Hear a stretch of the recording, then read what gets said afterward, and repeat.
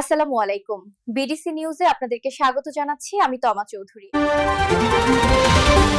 কয়েক সপ্তাহের মধ্যে দেশে ফিরবেন তারেক রহমান। নেতৃত্ব দেবেন চক্রান্ত প্রতিরোধে, বলছেন নেতারা। মাজার, তারপর খাজনা, এগুলো সব ভাঙাচুর করা হয়েছে। এগুলো আসলে বিচ্ছিন্ন কিছু না। নির্বাচনটা সামনে রেখে এই ধরনের আরো অনেক কিছু সামনে আপনারা দেখতে পাবেন, যাতে নির্বাচনটা না হয়। কয়েক সপ্তাহের মধ্যেই আমাদের মাঝে উপস্থিত থেকে সশরীরে জাতীয় নির্বাচন হবে, সেটি নেতৃত্ব দিবেন জনাব তারেক রহমান। যারা ডিসেম্বরে নির্বাচন চেয়েছিল তারাই এখন ভোট পেছানোর ষড়যন্ত্রে। ফ্যাসিবাদ রুখে দেওয়ার ঘোষণা দুই উপদেষ্টা। ডিসেম্বরে ইলেকশন চেয়েছিল, তাদের অনেকেই আবার এখন নির্বাচন পেছানোর না ষড়যন্ত্রে জড়িত হচ্ছে। ষড়যন্ত্র কিন্তু চলমান। ফ্যাসিবাদ বারে বারে ফিরে আসার চেষ্টা করে, তাকে দমন করতে হয়, প্রতিহত করতে হয়। নির্বাচন নিয়ে নানা শর্ত দলগুলোর। গণপরিষদের দাবিতে অটল এনসিপি। ভোটের আগে আলোচনায় সমাধান চায় জামায়াত। নতুন সংবিধানের যৌক্তিকতা দেখছে না বিএনপি। শেষ পর্যায়ে এসে ডাকসুর প্রচার তুঙ্গে। অপপ্রচার ঠেকাতে কয়েকটি ফেসবুক পেজের অ্যাডমিনকে সতর্ক করল টাস্ক ফোর্স। ডাকসুতে ছাত্রদলের ৮ দফা ইশতেহার। তিস্তাপাড়ে প্রতিবাদী আলোর মিছিল। ডিসেম্বরের মধ্যেই মহাপরিকল্পনার কাজ শুরুর দাবি। বাস্তবায়ন হলে শিল্পায়নের মাধ্যমে কর্মসংস্থানের আশা। মানবজাতির মুক্তির দিশারি মহানবীকে স্মরণে যশনে জুলুস। ঈদে মিলাদুন নবীর বর্ণাঢ্য আয়োজনে সারা দেশে মুসল্লির ঢল। চট্টগ্রামে পদদলিত হয়ে 2 জনের মৃত্যু। এবং লভ্যাংশ পাবেন না লোকসানে থাকা ব্যাংক মালিকরা। বোনাস পাবেন না কর্মীরা, জানালেন গভর্নর। টাকা পাচার কমায় বাড়ছে রিজার্ভ। অর্থনৈতিক অস্থিরতা নিরসনের আশা।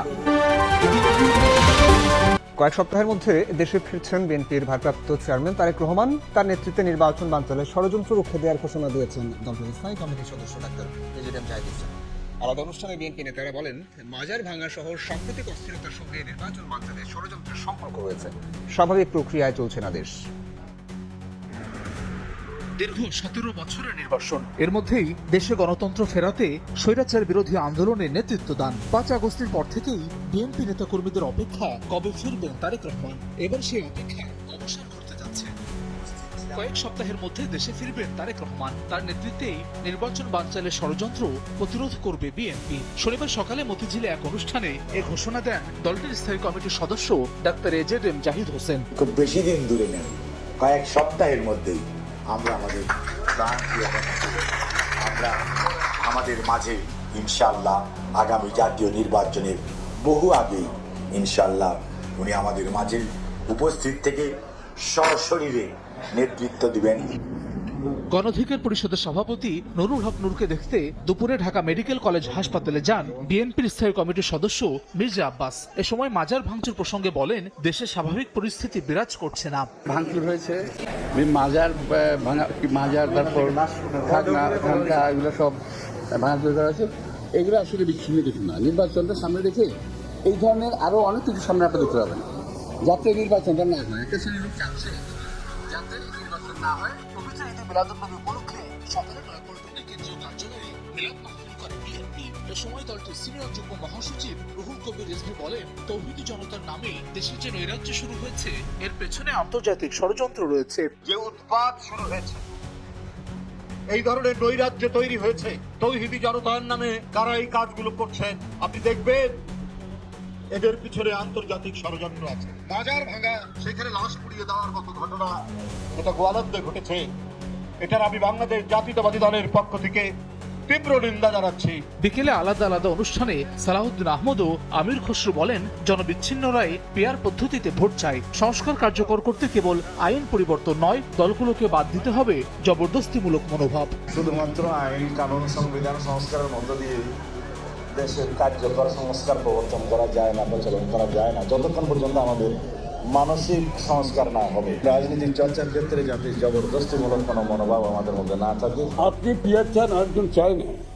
আপনি পিয়ার ছাড়া নির্বাচনে যাবে না, পিয়ার ছাড়া এই ধরনের মন্তব্য তুলে শেখ হাসিনার মন মানসিকতা।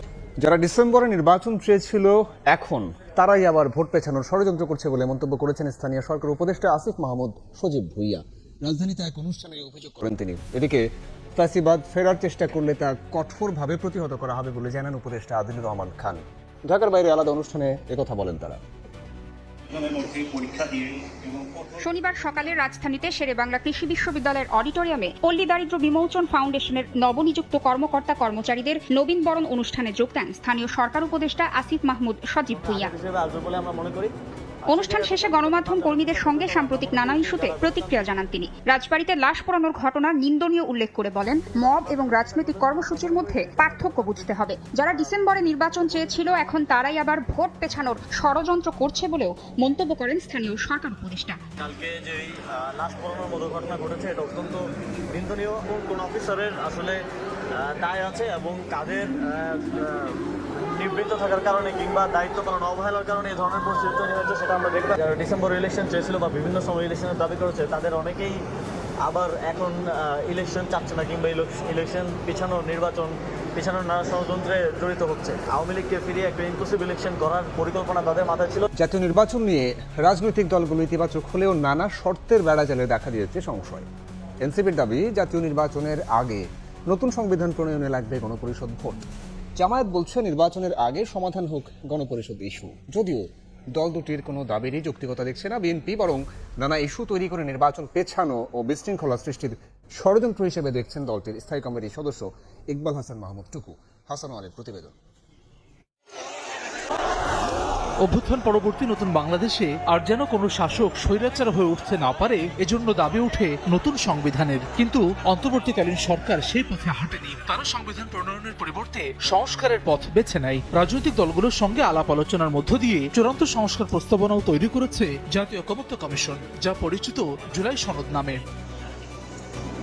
ঐকমত্য কমিশনের সংবিধান সংস্কার আলোচনায় তৎপর ছিল এনসিপি। যদিও রাজনীতির মাঠে নতুন সংবিধান নিয়েও সোচ্চার দেখা গেছে দলটিকে। ফেব্রুয়ারির প্রথমার্ধে জাতীয় নির্বাচন, প্রধান উপদেষ্টার এমন ঘোষণার পর তাদের তরফ থেকে আবারও জোরাসোরে উঠেছে নতুন সংবিধানের দাবি, যা বাস্তবায়নে লাগবে গণপরিষদ নির্বাচন। এই দাবিতে সারা দেশে জনমত তৈরি করছে দলটি।